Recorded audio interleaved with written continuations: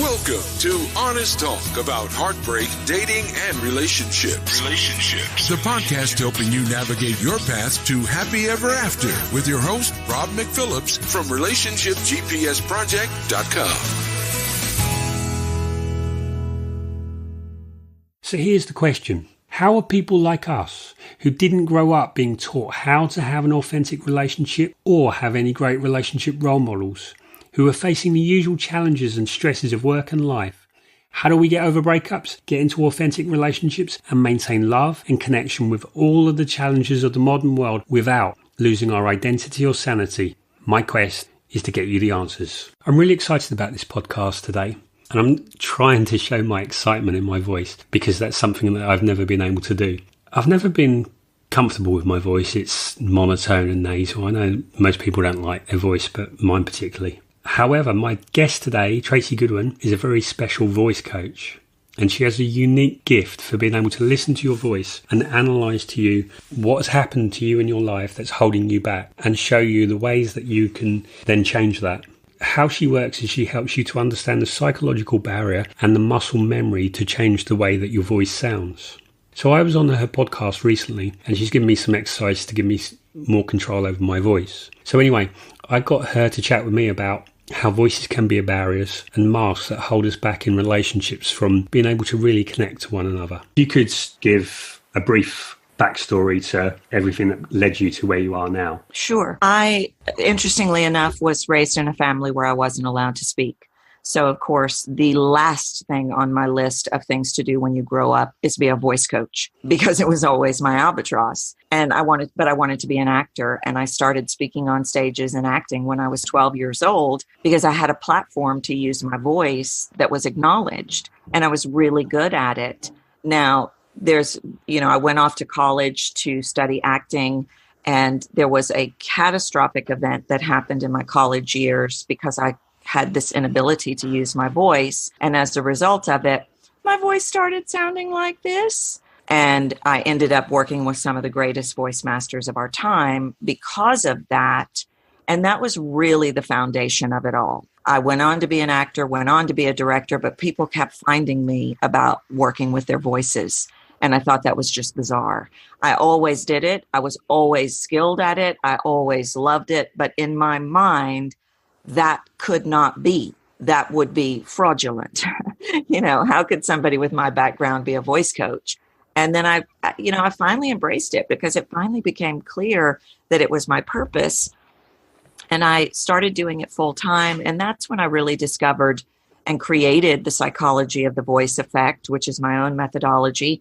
That is when I discovered that I'm actually a voice intuitive and that I can literally hear and tell people how things are being processed subconsciously. And it became an absolute, love for the last 28 years. I can't imagine being able to, doing anything else. But that's kind of in a nutshell the journey. It was certainly not the plan from the start, but oh my gosh, I can't imagine doing anything else.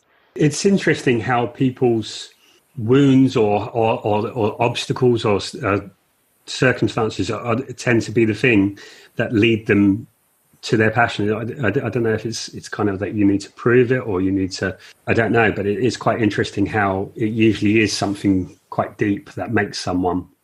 Oh, I couldn't do the voice work that I do. I could not have created psychology of the voice. It would not have happened if I had not been raised by a narcissistic mother. So I am able to look back and see it was all part of the journey. But it is fascinating. I think where we have to, what becomes important in us is that we have to be willing to embrace that. Like I ran from it for years. But when I finally realized, oh, I get it, then I was off and running. Okay. So that's interesting that you say, because you were raised by a narcissistic mother, and that's often a lot of people have problems with being in a relationship with a narcissist. Can you tell us a little bit about that experience, if you're comfortable to do so? Yeah. I'm an open book, and it really, I don't know how I survived it. Honestly, it not just being raised that way, but the ramifications that I have worked on. I have been a lifelong fixer of self because of the damage that was done in that. Of course, I turned around and married a narcissist, and I got out of that marriage. But it's very difficult to deal with narcissists because of the mind trip and because of the damage to self-worth. That is what I've spent certainly the first 20 years of my life recovering from was, and that's the core of my work, is that every voice matters. And when I was raised in such an extreme environment where no thoughts, no dreams, no goals, we do not want to hear your voice. What you want and have to say means zero. To recover from things like that is insurmountable, but that's the purpose of my work, is to make people understand that their voice does matter. But it was difficult. It was difficult. And the choices that I made were based in you learn to be. We're like little movie cameras when we come out of the womb. And for me, that was just the normal. It never entered my mind that was not normal. Mm-hmm. And so when you get out into the world and you realize, hold on a minute, I think that might be messed up, you can start to rebuild what is real and rebuild who you want to be. But it's, to this day, I'll still receive text messages in capital letters. Why are you such a problem? It was obviously my lesson and obviously my journey. And obviously I think it links to my work, but it's tough. And a lot of people I know a ton of women and men my age and otherwise. I work with a ton of people that were raised by a narcissist or married to a narcissist. And it's really damage at its finest, I think. Yeah, especially when you're so young. I think, like I told you my story and nothing really bad happened to me. It's just what you learn because you've only got this tiny piece of the puzzle, you take that learning and it gets buried under everything else that you learn.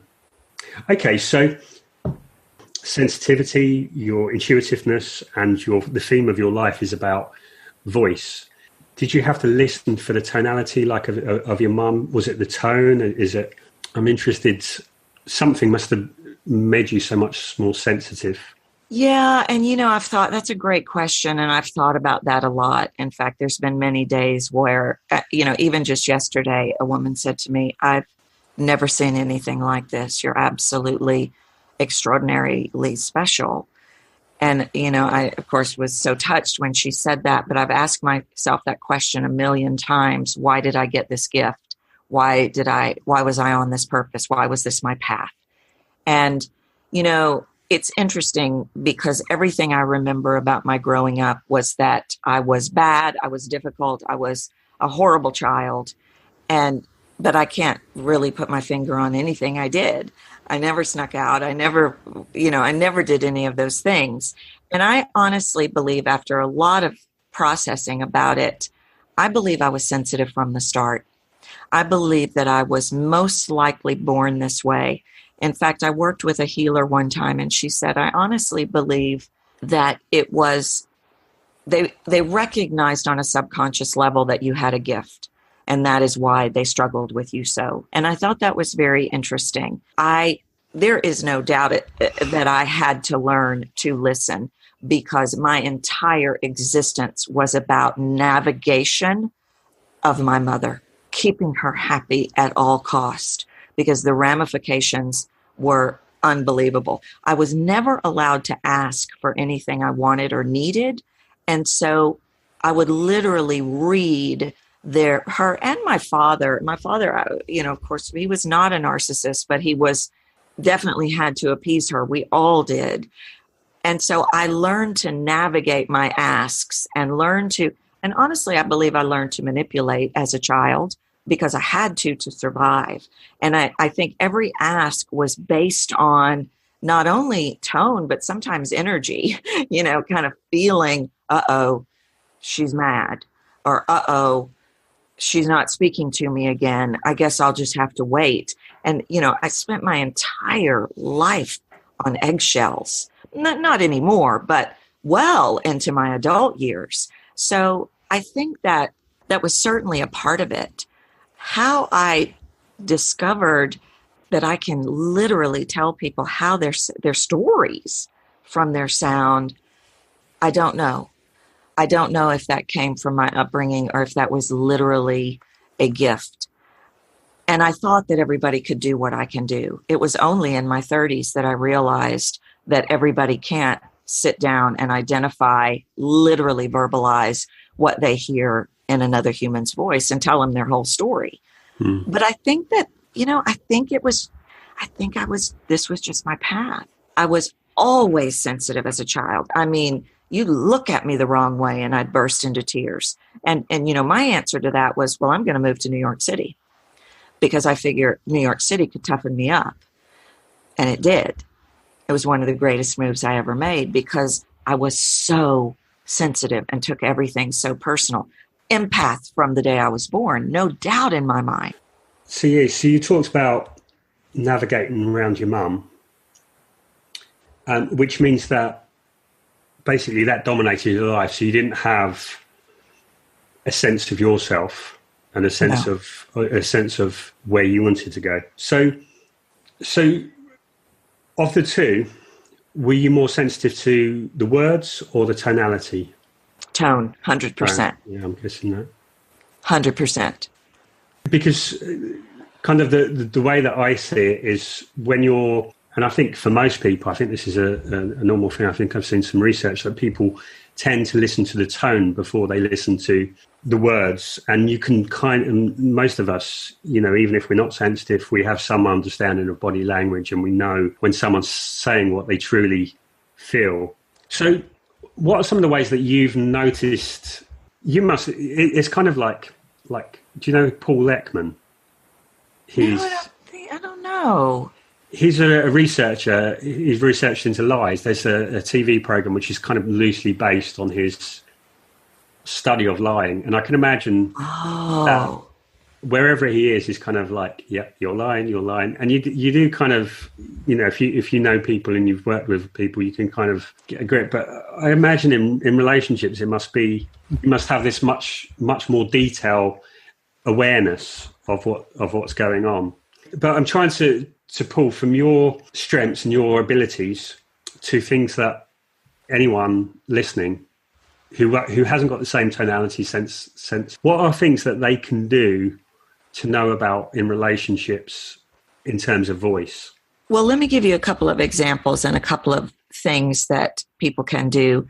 First, you're spot on the research. The research, this is not just Tracy's thoughts and ideas based on 28 years of doing this. Science has proven that it is the tone that impacts us. And it does so because it is the tone and what we do with our voice that has the power to touch our senses, which in turn affects our emotions. Words do not have that ability. They are simply data.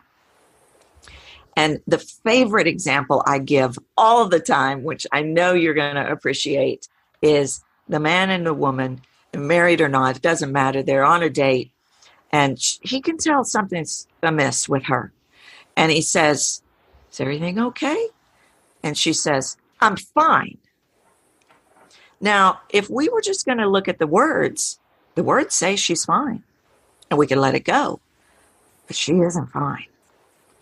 She's not fine on any level. And she gave that information in the tone.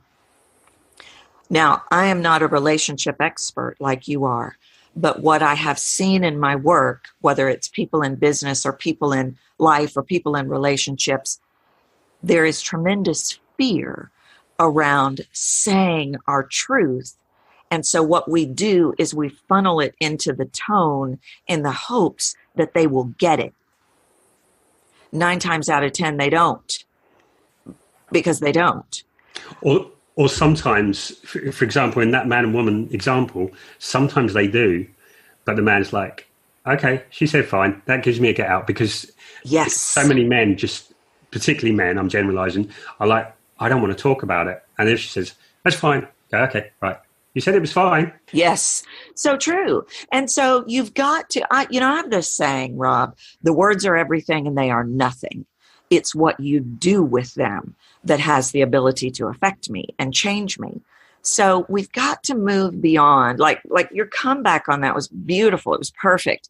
We've got to move beyond, well, she said I'm fine, so that must be it. No, the information is in the tone. And so I think we have to start listening differently. I think people have to start listening for tone. And, no, people aren't navigating the world like I am, but you have to listen, and then you have to be willing to explore the possibilities of what you hear. Like not just saying, well, she said I'm fine. Yeah. Well, it must be okay. It's probably no big deal. Because the number one thing, and I don't know, I would imagine this relates to your work, but the number one thing people are looking for next to belonging is to feel heard. And so when somebody puts an inflection, a message, a screeching red light in a tone, and we don't pay attention to it, they don't feel heard. Even though maybe they didn't really use their words in the best way, but they put it in the tone and you didn't get it. So clearly you don't love me anymore or whatever. Yeah, it's exactly that story. We're all the time looking from other people. The way I look at it is relationships. The problems come mostly from misunderstandings and miscommunication, and that's whether that's in actions. He left the cap off the toothpaste. He doesn't love me. He didn't take the trash out. She didn't get me this. She didn't do this, or the tonality. So, okay. So someone's sending a message, and someone's aware that there's something going on. Have you got any tips for how? Because the emotion, it's the emotional message is sent in the tone. So, is there a way of kind of deciphering that, or? Well, let me say this first, and then I can talk about deciphering the tone. Sometimes what comes out in the tone isn't always exact. Well, let me back up a minute. This is what we need to do. It starts one step before deciphering tones. It starts with, we have to start having the courage to say what we really mean and say what we really feel. Instead of saying, I'm fine, but jamming you with my tone, I've got to start working with, honestly, I am spitting feathers mad at you right now, and I want to tell you why. We have to start having that courage, because our tones, when we imply a tone on something that is, we're frustrated, we're angry, there's going to be a hostility in that tone. And that does reveal how we feel. But what we need to do is rewind before we're escalated and say what we really mean and reveal how we really feel then, so that we don't get to this escalated, passive aggressive, I'm not telling you anything because you should have figured it out by now, but man, I'm going to let you have it in my tone. So I think we have to back up a few steps and start with that first. And that involves, I need to reveal to you how I really feel. I need to reveal to you that I'm sad. I need to reveal to you that you hurt my feelings. I need to reveal all of those things in my tone before it all becomes escalated to fury or sarcasm or total irritation or total you are an idiot or whatever it is. So we have to start having the courage to not only say what we really need to say, but really reveal all the shades of our feelings so that you can really know, because you hear it in my voice when you really cut me to the bone, because you can respond differently to that. We're going to respond differently to all the emotions than we are to consistent anger. When I know you're angry at me, of course, it's the easiest choice for me to say, deal with it later. But if you had come to me and said, Tracy, I got to be honest with you, that really hurt my feelings. And I don't even understand why, but I need you to know that. You know what you're going to do? The voice that I hear that sadness with is going to touch me and trigger a sadness in me and make me go, dang it, Tracy. You know how that hurt. You've been there before. Now let's work this out. Rather than, I'm punishing you. You hurt me 3 days ago and you're done.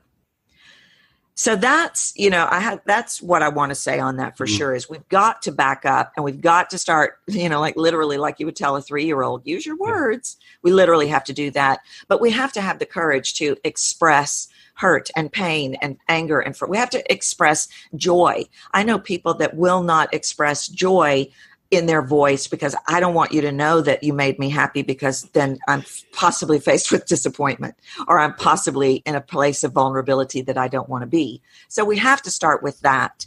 But I think when your question was, how can we decipher tones? I think first and foremost, trust intuition, because I think that intuition, it was my intuition that led me for years in telling stories to people about their voices.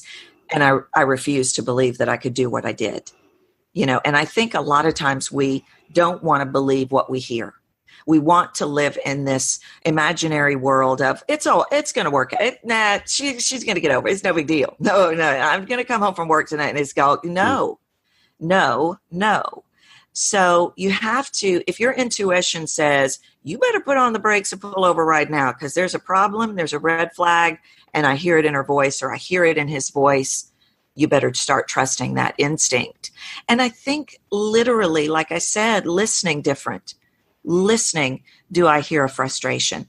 I think we can all hear those things. We may not be able to decipher and talk about how things are processed subconsciously like I can, but I think if you were mad at me, if somebody was mad at you, I think that would be obvious. And we need to start acting in those moments rather than brushing them off and following that intuition. I don't know. Does that help? Yeah, no, it totally does. I kind of thought, with the voice that it would be more about the voice. But yeah, I see now, as you say that, it's the psychology of the voice story that is the gap in between. And this is the basis of. So this is really the basis of relationships. Is the basis of. Deep down, everyone wants to connect, but there's so many fears, anxieties, and insecurities that come in between couples that they kind of want to, but then they don't. And it's like anything worth having, you have to go through that kind of fire. You have to go through the trials, go over the obstacles. So that is the core thing of finding. It's like, you're familiar with the hero's journey. Yes. Yeah. So it's exactly that. Every hero has to come out of their comfortable world, go through the journey of trials, and find the elixir or the boon.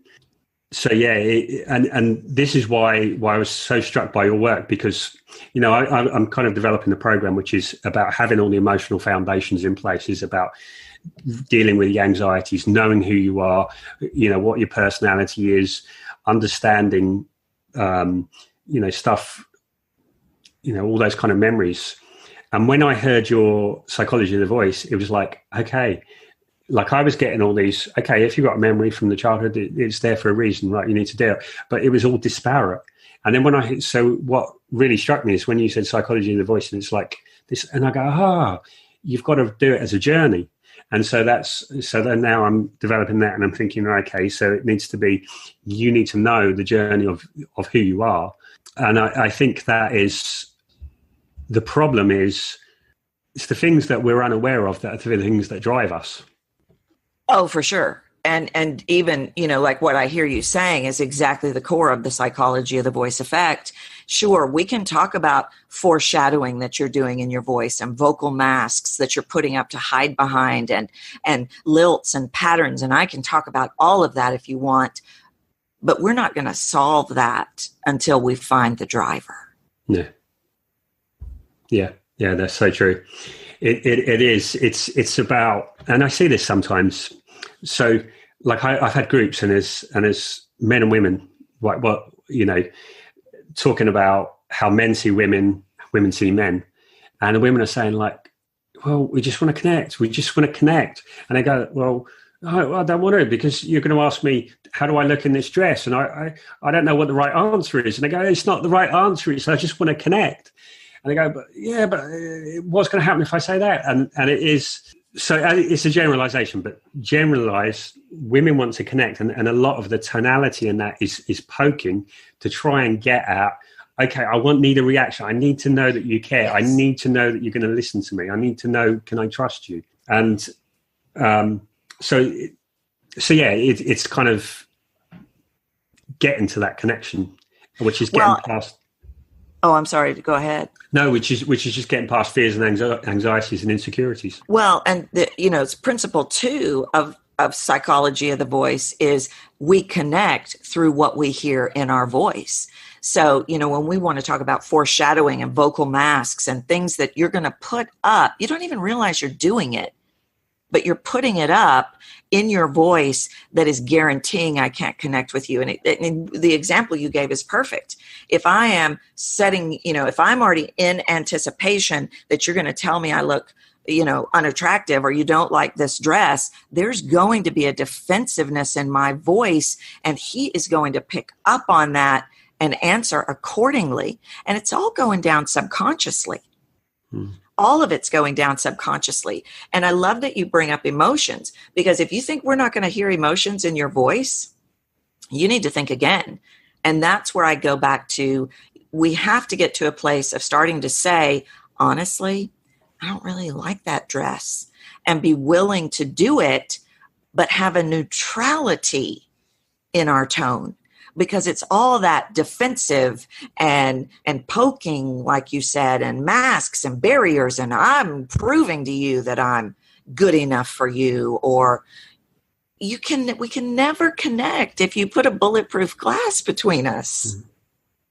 And without even recognizing it or even hearing it, it's in the voice. Now, after this episode, people might start listening to voices differently, but normally we're just not thinking about that kind of thing. Never do I work with people that they're going around with the awareness that they have after they hear a conversation like this.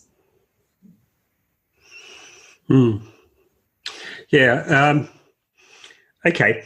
So, which all comes to overcoming anxieties, insecurities. Okay. So, and that's kind of something that's quite deep and it's going to need a lot of work on, or even just the awareness of. But there's something else that so, because I don't want to, often it tends to be, like the work I do and this kind of talking about relationships tends to be weighted more towards women. It's women that listen to it. So I want it to be from both sides, because as a generalization, men are tend not to want to talk, tend to want to hide, tend to stonewall, all those kind of things. But then it's also about, like, what are the women doing? And there is this whole kind of thing that men have to live up to this image, and there's like the man up, grow a pair, a real man, all these kind of ways. And there's some research on it of the sense of, so men react aggressively, physically or whatever, but there's a kind of sense of shaming and using tonality and all those kind of ways that that women do to men in this dynamic. So I'm just wondering if you could speak to that kind of how men can deal with that, and what women are doing unconsciously with their voices and also their words. Well, we're putting up masks to get a result that will never get us that result. I'm going to push and prod you. That's the mask. I'm scared to death to ask you and have you tell me no. So I'm just going to put on my mask of push and push and push a little more. And I'm going to push you to the brink of giving me what I want. So we put I call them vocal masks, and they're needing to prove. And there's two kinds of there's 5 elements of vocal variety, and there's some of them are push elements and some of them are pull elements. And we get this death grip on what we want, and we vocally push and push and push and push to get it. Think about this. When I do this, doesn't it make you want to pull away from me and walk away from me? Aren't I repelling you? Versus when I talk to you like this, does this make you want to lean in and get closer to me and connect with me? So that choice alone, you are putting up a mask. You are making a choice of, I'm pushing this to the end. And you are repelling him. You wonder why he shuts down and won't say anything. You pushed him away. That's how I address the women. Now, then we can talk about the men in a minute. Okay. So where I go to with that, so when you did that, you were talking like a school teacher, and I was like a rebellious kid. Like if someone a teacher tell me off, I'm like, yeah. And inside I could feel like, yeah, right.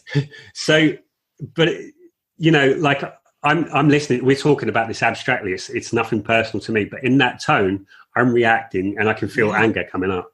Yep. So, and what that brings to my mind is, are you familiar with transactional analysis?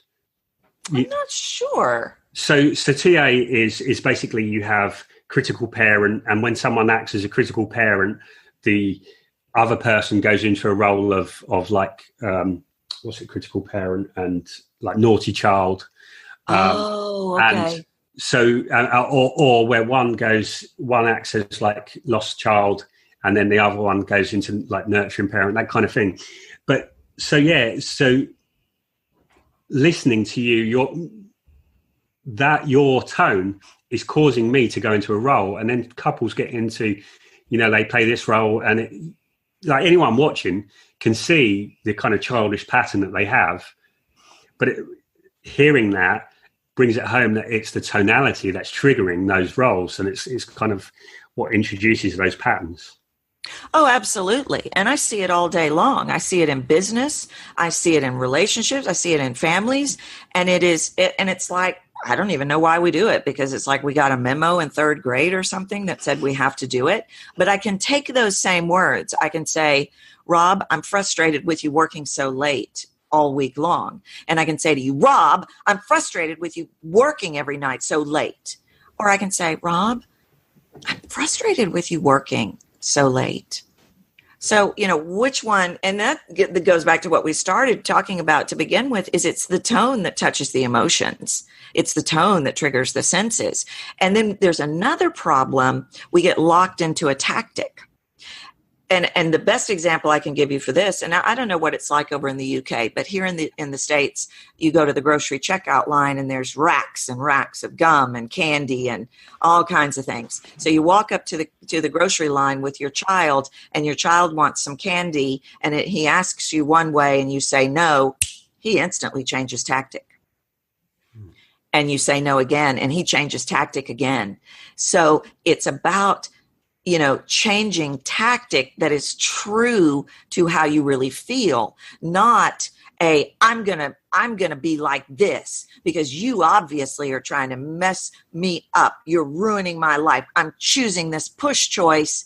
No, if you are really angry, reveal that. If you are really frustrated, reveal that. If you are really hurt and scared, reveal that.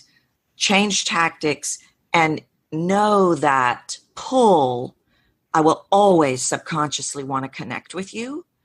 Push, you will always subconsciously repel me away. It's just like like magnetism dynamics, isn't it? Yes. One repels, one attracts. Totally. Okay.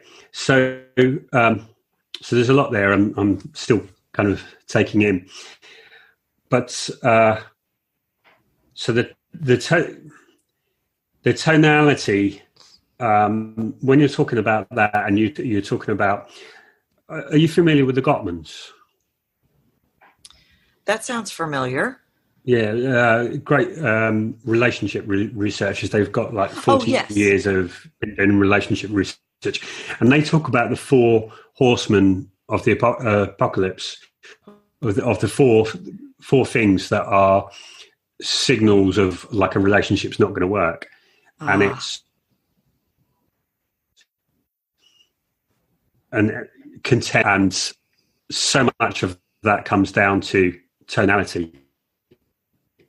And it, like if someone goes into, if you've got this built up resentment, anger, bitterness, frustration,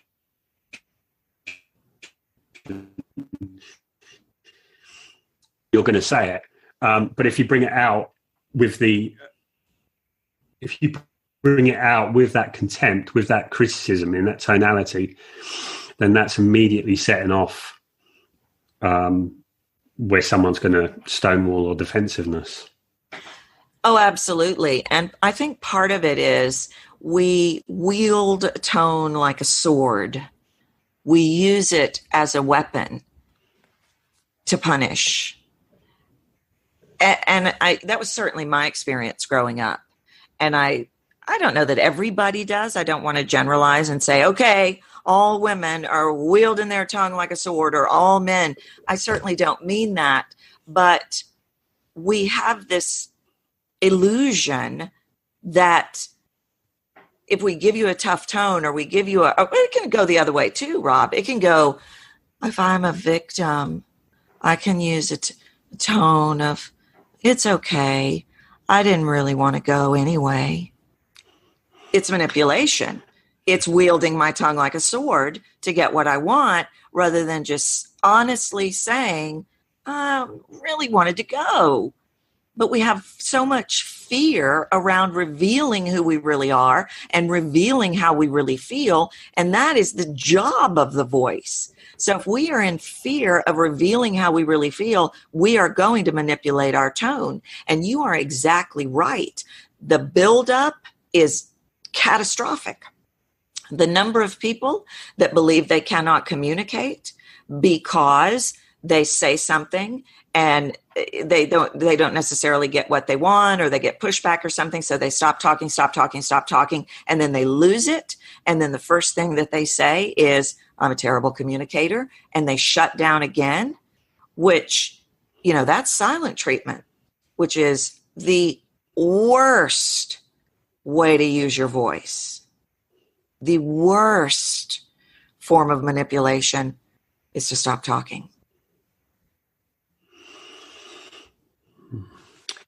Yeah, I'm thinking.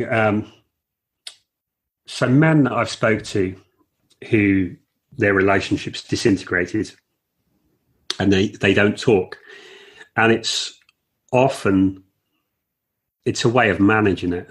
They feel if I talk, it's going to end up in a row. It's going to end up in a row.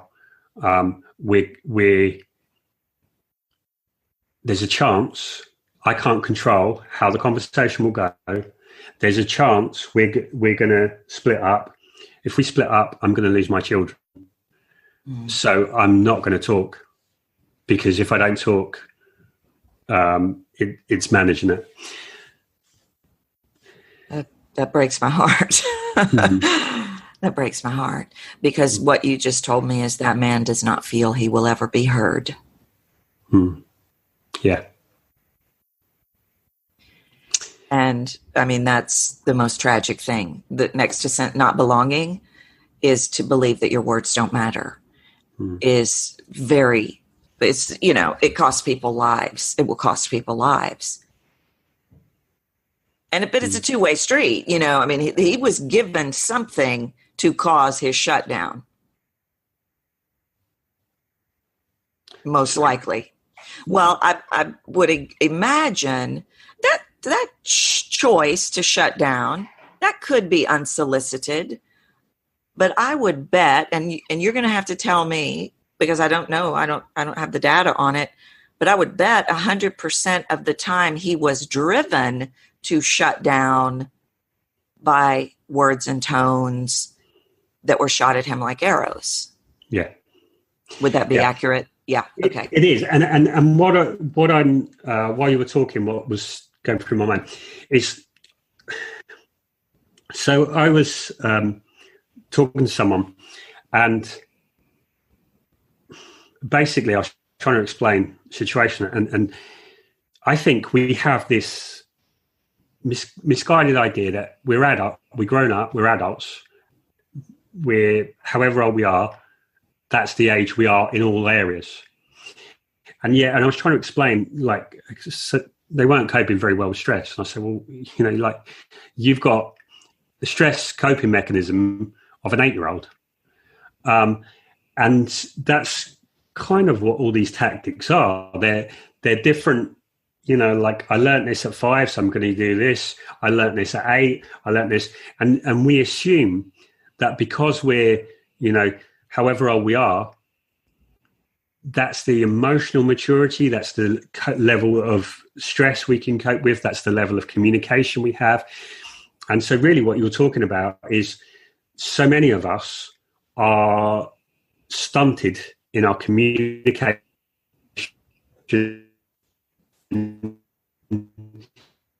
in our sensitivity, to emotional maturity to be true about who we are and what we believe and want.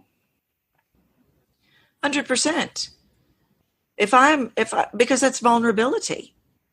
The voice and how we use it is the utmost place of judgment. If I tell you how I really feel about you, I am standing here naked, ready for the fire. If you come back and say, I don't feel that way about you. And so you're exactly right. And I think part of that is an immaturity of, maybe it's not immature, but we want what we want. And we have to come to terms with, we're not the only one here. Yeah. That it's give and take, I'm not going to get everything that I want, but what are the sacrifices that I am willing to make for you? And sometimes we make too many sacrifices. I would imagine you see all the time women and maybe even men that, oh, no big deal. I'll just take it. It's okay. They sacrifice their own worth and self and wants and desires. And then 32 years later, they're mad as hell, Yeah. Right? Spitting feathers, and he shuts down. So we get in these patterns, and it all links back to vulnerability and fear of not getting what we want and fear of judgment. But for me to say to you, to take that risk, to reveal in my tone that you hurt me, to reveal in my words that I'm furious that you did that, it takes courage. But if we want beautiful relationships and a life we adore, we've got to start being willing to be stepping into that courage. Yeah, it's interesting because you talked about not getting what you want in terms of the relationship, but that's really the journey of life. Is that the journey of life is that we have these childish desires, these kind of whims that we're chasing these things. So, like in my example, when I was a teenager, all I wanted was money and power, and it took kind of a breakdown of I opened a business. I was full of cockiness, thought I had it all worked out. 6 months later, I was homeless. I was 60 grand in debt. I was sick. And it's only in that you understand that there's something better, like it's like the child you talk about wanting the candy or the chocolate, and they want the chocolate, but it's not the best thing for them. And it's actually, it's the willingness to let go of your own whims and desires, and kind of understanding that we don't know what really is best for us. And it goes back to understanding that even though we may be adults, we're still kind of immature we're limited in our desires because the world is so big, and we're not able to see around the corner of all the different things, which is kind of like after a breakup, everyone, after a breakup, people are crushed, and it's like, oh, never. But for so many people, the breakup is the pivotal moment where later on, they look back and go, oh, it was a shit time, but I'm so glad that I went through it. Yes. So yeah, it's that's huge about being willing to kind of surrender, that it's not about just getting what you want. It's about, and this is what I'm trying to get to in terms of relationship. It's not about the relationship. It's about your journey in life. And it's in your journey of life. Maybe it's all you can do is be yourself, go out. Maybe it's the right one, or maybe it's not. But there's trust that there's there's more than 7 billion people in the world. There is someone that you're going to settle with that's going to have everything. You just need to. You just can't define who it's going to be. Right. And we make these decisions about what we want. And then we manipulate with our voice and our tone to make it happen because we refuse. And I've experienced it too. So don't think I'm sitting here like I never did it myself. We shove that round peg in that square hole. And what kind of misery is that? When it is about the journey, it is about, if you are a part of me serving my purpose here, fantastic. But this is who I am. It goes back to that courage and that vulnerability to just be me. And if Rob says, it's just not really my cup of tea, then be okay with that and know and trust there's something better. Instead of continuing on that, well, I just won't talk to her. I just won't talk to her. I just won't talk to her. I'll just shut down. I'll just keep pushing and hammering, because if I just hammer long enough, I'm going to get it. No. Who are you? Reveal who you are. Yeah. Yeah. It's actually so simple, It's just so simple. Yeah. I mean, like, we had a conversation last week where I was doing all those kind of things, and I was kind of aware that I would say kind of stock phrases because I was aware, like, I didn't want to get into, and it was not wanting to connect, but I didn't kind of link it together. But it is, people are looking, people look for these magic bullets of the rules or the dating techniques that's going to, get the girl, get the guy. But it's not really about that. It's just about living your life, being yourself, and just having the trust and the confidence to be able, and the vulnerability to be able to do that. Well, it's about being enough. It's about, the world tries to chip at our worth and take our worth away. And sometimes it even starts with our own families. But we live in this more than I've ever seen in my lifetime. We live in intense comparison. And so we make a whole lot of choices, even with our words and our voice, to be like what we think we're supposed to be, when it's not about that at all. It's about I have a lot of, I work with very successful people, and they all have very high levels of perfection that they demand upon themselves. And that can really get in the way of their success and their freedom, really, more than anything, their internal freedom. And something that I flip in them, which I think is applicable here, is stop making the litmus test. Did I get it perfect? Did I do it right? Am I good enough? Is this fantastic? Did I blow them over? Did I get what I want? Start asking, did I do it better today than yesterday? Did I communicate better yesterday? Did I reveal how I feel better than yesterday? Because I know a lot of people that really beat themselves up over their tone as well. Parents taking tone with children for 14 years and regretting it. Well, okay, let's start to flip that. And did you do it better today than you did it yesterday? We need to change that and stop striving for the Instagram story, I think. Yeah.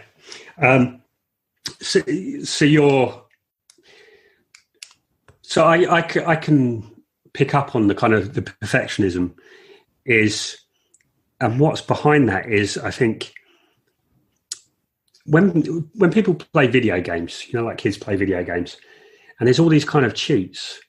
So it gives you this extra thing. And so it's not about you against that in like a straight thing. It's about wanting to weight the deck. And I know for myself, the perfectionism is kind of like, I want to have so much loaded up so that when I go out to bat, like I've got, so much more prepared. I've got an unfair advantage and that is basically an insecurity of feeling that like you need that to win. It's like you want to win, but you need, like, I want more. Yeah. And I suppose that's I don't know if it's fear of failing, fear of losing, something like that, or not being enough, maybe. Well, I think it's all of those, and I love that analogy, and I want to tell you how that comes out vocally, that's stopping you dead in your tracks from the start, is if you're in that space, you feel a need to prove. And so when you go on that first date, you're all proven. You're proving how great you are, and we can hear that in the voice. So, you asked me way earlier on, how can people navigate these tones? Well, there's one right there. The person who's all, Mr. Cool Guy or Mr. Cool Guy. I mean, I do have to be honest. I think this may be more of a guy thing. I'm not for sure. No, I don't mean any disrespect, but I wonder if it is. Because women have their own deal, which I'm so sweet. It's so nice. Yeah, sure. And then they can turn into a monster, right? So it's this needing to prove, and women can need to prove as well. But why can't you just reveal who you are? Because you might drive her away, or she might drive him away from day one because of that vocal mask of, yeah, this is my car. But actually, and that is true, because that can be the thing. I feel like a lot of men typically will just talk about themselves. And then a woman will go, well, I went on a date with him, but all he did was just talk about himself. And that's that insecurity of feeling they need to brag. But the other part to that is the vocal mask may push them away. But the even worse than that, the vocal mask may attract them. And then you're attracting someone who's got an entirely, yes. Like I talk about this, you've got an unconscious contract in relationships, and you've connected, like if you're both doing that, you've connected with something false. Yes. And I know a lot of people talk about, dating narcissists, and they'll get into a relationship, and the narcissist will pretend to be everything that they're looking for, and they'll listen, and they're here, and they go, okay, this is what the role I'm going to play. And then someone gets into that relationship, they're hooked, and they're like, well, he's just the man, or and then it's like, phew, gone, and that's where people are kind of devastated, because it's something false. But even if it is insecurity and they really want to be with a person, the whole basis of the relationship is wrong. Number one, you might spend 6 months, 3 years with someone who's wrong for you. It's never going to work out. But just because like you managed to fool them for a while. Yeah. And I bet that's common. I bet you see that a lot. And that's exactly what I'm talking about with, and it's a societal thing that implicates women to be sweet and be nice. But I'm nice, but not all the time, because I get irritated because I'm a human. Right? Yeah. So I don't dare put up that illusion that that's who I am. I'm nice because I'm nice, and this is me being nice. Not because I have to be something that you want me to be. I call it feelers out, and it's the people pleaser. And when we're people pleasers and we got our feelers out from a vocal perspective, we're reaching to see what you want us to be. I want to know who you are. The number one way for me to know who you are is for you to reveal it in your voice.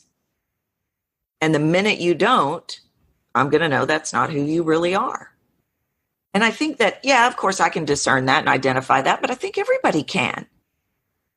If they will be willing to get out of the illusion of what they want it to be and listen to the reality of what it is.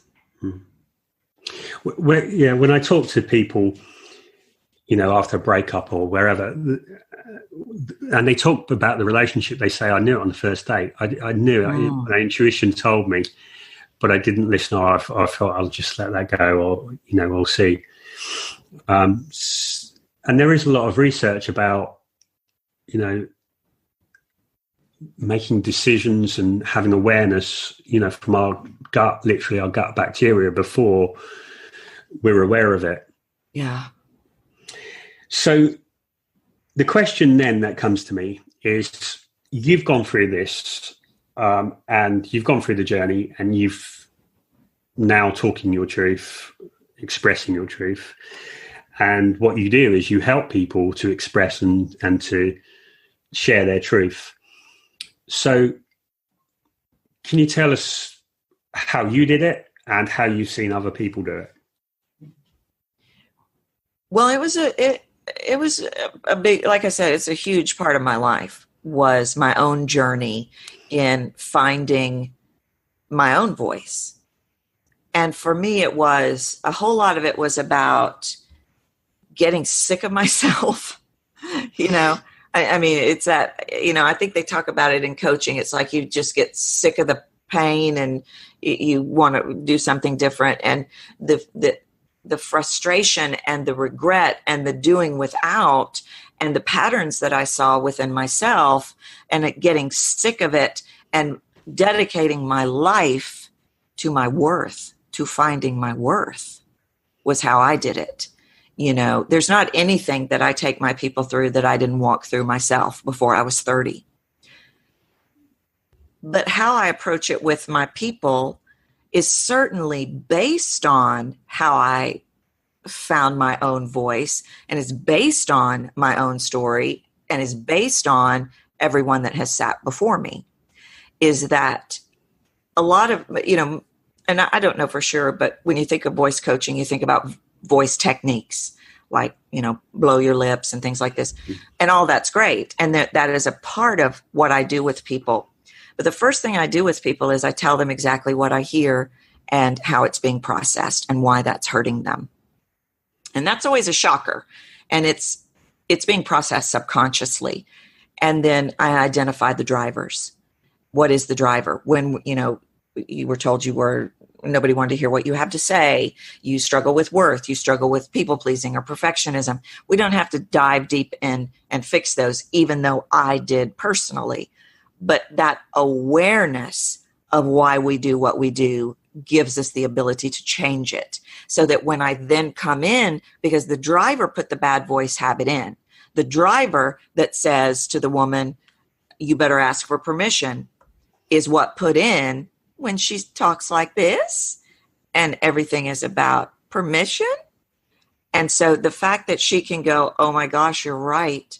I've spent my whole life asking for permission. I don't want to do that anymore. When I write it out of the muscle memory, it is no longer linked to the experience. And that's been some of the most fascinating in my work, is that the psychology piece is 100% connected to what was put in the muscle memory. We take it out of the muscle memory, we put something new in, get you some instant proof of something different, and you're off to the races. Not only do you now really understand the depths of confidence and courage, but your entire life changes simply because of your voice. Mm. No, I experienced last week. I'd gone through, speech exercises, and they had no impact. And I'd also gone through the psychology, but that hadn't that hadn't changed, because you look and you think it's other reasons, but having the two together is so powerful. It does change, and when you change one element, then it's knowing, it's confidence. Like, for example, in my situation, I didn't feel I could change my voice, and it was only the exercises plus that gave me that confidence and belief that I could do that. And then when we start going after muscle memory, we can shift muscle memory very quickly and rewrite those bad habits. And so as soon as you start putting out a new product, you're going to get a different response back. You're going to start getting more of what you want. And then that almost becomes a thrill in a way. I'm going to definitely keep doing this because I like getting what I want, or I like being heard for the first time in my life, or whatever it is. For me, the psychology of the voice is something that I figured out and put all the pieces of all my life and experience together. For me, as the training that I had, I fixed the muscle first, and then I fixed the internal drivers. But what I started seeing with my people was as soon as I identified the driver, all of a sudden it was almost like a giant permission slip. It was almost like, oh, I'm not really a failure. Oh, I really can use my voice. Like you said, you didn't really even know that you could fix your voice because you'd already tried some things. But I've just been fascinated with how, when we look at both, and we worked on it. We don't have to dive deep into the psychology, just the acknowledgement that your subconscious put something in place when you were 5 to protect you, and now you're 40 and you don't need it anymore, is a great permission slip to move on and do something different. And I think we wait for those things. I think we like, it goes back to that comparison. We live in a society where, why is everybody yelling, is what I say to my business people. Why is everybody yelling in every single boardroom? Let's do it different. But we just kind of do what we see. Yeah, it's kind of, I'm guessing it's an immature tactic that, like in a 5-year-old class, everyone has to shout louder. Right. And it's like not understanding that there's more sophisticated techniques. Yeah. Well, it's that choice to push, like we were talking about, even in relationships. We think that's the most powerful way. Loud and fast, surely you're going to hear me. Those are actually the weakest voice tools. Slow and quiet and pause are the power tools. Okay. So that brings to mind just, you talked about five elements. Right. Which would be volume. So what would volume, be the other? Shades of loud and fast, shades of loud and soft, shades of fast and slow, pause, elongation, and shades of high and low, which is pitch, which is melody, which is where the trust is built. And we shut Melody them all. is where the trust is built. Melody. Yes, science has proven that melody is how we decide if we trust you. And interestingly enough, it's especially in men virtually eradicated. And my research shows me it comes from when the voice changes, the male voice changes, and some little 13-year-old girl laughs at you, and your subconscious says, "Don't worry, we're never doing that again." And then you show up in front of me when you're 40 and you have no pitch, and we have to put it back in. Okay. So immediately when you talked about melody, I thought about Martin Luther King, people like that, Samuel L. Jackson, those kind of. So have you looked at, is there a link to, like Martin Luther King had that kind of voice that he could give speeches and it was melodic. And so that would be an subconscious reason why we would start to trust what he's saying, and the words would kind of go in right, like through the back door. Well, and I think that's a perfect example of someone who was zero afraid to reveal who he was and how he felt. And that's one of the organic ways I start to get pitch in people. I start to get these elements in people is stop thinking about the words. Don't talk to me in words. What do you feel about the words you're saying to me? And when I can flip people into their words, then they're in their body, they're connected to their heart where their message is, and the voice is the orchestra of the heart, then they start to have some of these elements. But as long as they're bogged down in the words, I've got to get the words. Let me tell you the words. But Martin Luther King didn't give a flip about what anybody thought about how he felt. He was willing to reveal his passion. And many of us today are not, because that means judgment. Yeah. Yeah, and I think it's so rare that people are willing to be that vulnerable and to reveal themselves that much that we respond to it completely differently. Absolutely. Okay, so that leads me to so you work with people, Yes. and some people listening may listen to this, and it may be something that they're looking to develop and improve their voice. What are the ways you can help them, aside from the psychology of the voice, the vocal variety? I'm interested what else that you do that helps people. Well, many people come and they're, like I said, up in their head, connected to the words. And so that's one, because when you're up in your head, 100%, thinkers, analytical, perfectionist, people pleaser, they're up in their head all the time trying to get it right. That's the first shift I make, is getting them out of their head into their body, which is called grounded, which connects mind, body, and voice so that their voice will work properly.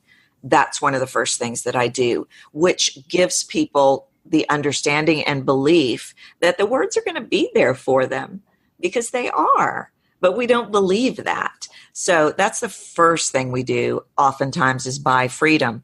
Another thing that I look at initially, which is very technical, is most people have their sound stuck somewhere. And why is this a problem? Well, if you're holding on to your sound, you're not letting me have it, and I can subconsciously process that. And it's hard for me to connect with that. It's hard for me to really build a relationship with you when you're not even giving me your sound. Now, all of this is going down subconsciously, and it was the subconscious that put in the sticking point. So that's something that I do with people. People are in brace mode, where they're not really breathing. They're not connecting their air to their sound, because that's utmost vulnerability. And so there's a connection point there. So, the kind of, in a nutshell, it becomes about, what do we need to do to get you to feel confident? What do we need to get you to do? Do you have voice masks and foreshadowing in your voice that we need to remove so that we can really build a connection? And then we look at, are you able to compel me to take action? Are you captivating me in such a way that you're making me feel something? And sprinkled throughout all of that is learning to say what you really want to say and reveal who you really are and how you feel.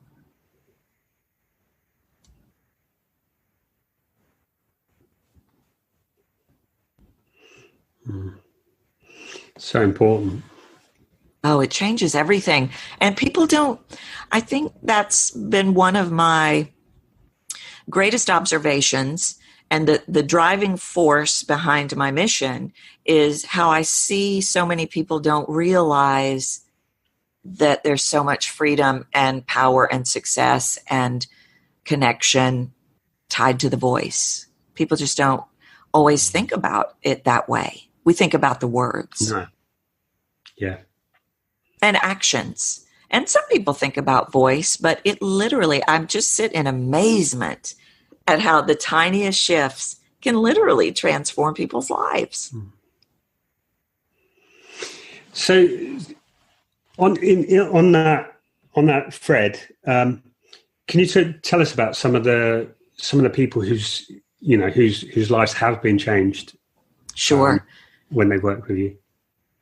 There's so many. There was a man named Bill that I worked with many years ago, and he was struggling with connection. And when I met with Bill for the first time, I met with him live in New York. I lived in New York City for years, and he walked in the door, big, tall, linebacker kind of size guy. And I introduced myself. Hey, Bill, it's so great to meet you. I'm Tracy. And he said, it's really great to meet you. Well, Bill couldn't even use his voice. And of course, my first question to Bill was, do you have older sisters? And he said, I have 6. And so, that was his psychology of the voice story. So I helped Bill find his voice and really be able to fill the space with it and command the authority that he deserved so that he could go up the ladder. There's a couple of women that come to my mind immediately that just literally could not say what they needed to say. And these were women in their 40s and 50s.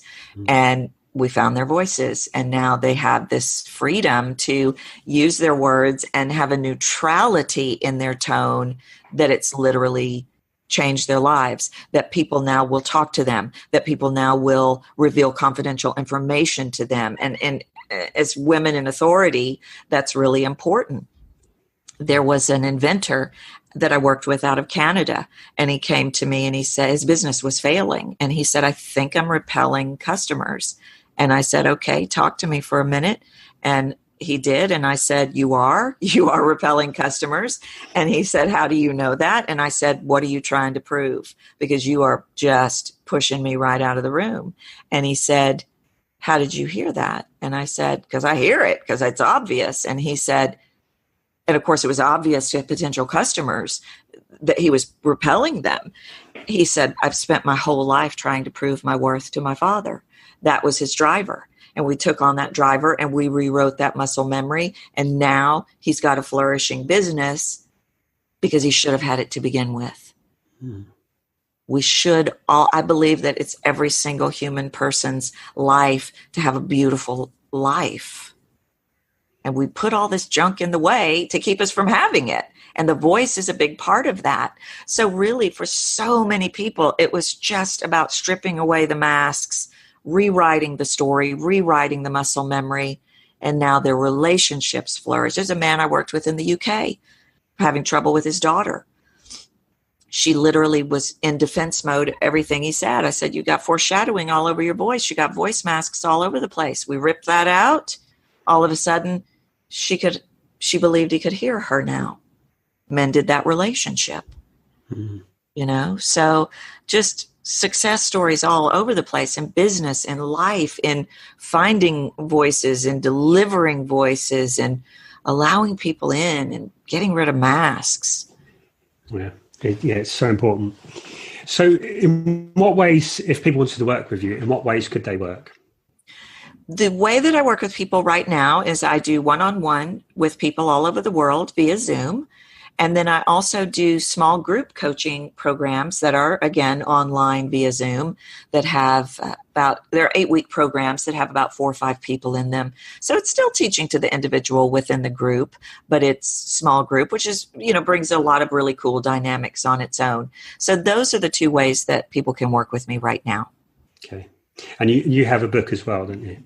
I do have a book, and I'm writing another book on the psychology of the voice effect. I don't know when it'll be out, but yeah, I have a book, Captivate the Room with Your Voice. And then, of course, I have a YouTube channel where people can see videos where I'm doing teaching. And, of course, I have a podcast, Captivate the Room. Okay. Well, thank you for sharing some of your wisdom. It's been, it's something I'm fascinated in since I've heard your psychology of the voice. I've listened to your podcast, worked with you. So thank you for sharing it. I think that the work that you're doing is so important. There is so many ways that we hold ourselves back so that we don't, connect, that we don't get what we want. We don't even ask for what we want. So it's been great. And just thank you for the work you do and for your time. Oh, thank you so much for having me. I've just loved this conversation and loved the work that you do. And it's just really been an honor to be here. So thank you for having me. Okay. Thank you. Thanks for listening. I'm Rob McPhillips, and I'm on a quest to understand and share how we can have better relationships. Go to relationshipgpsproject.com to find out more or get answers to your relationship questions.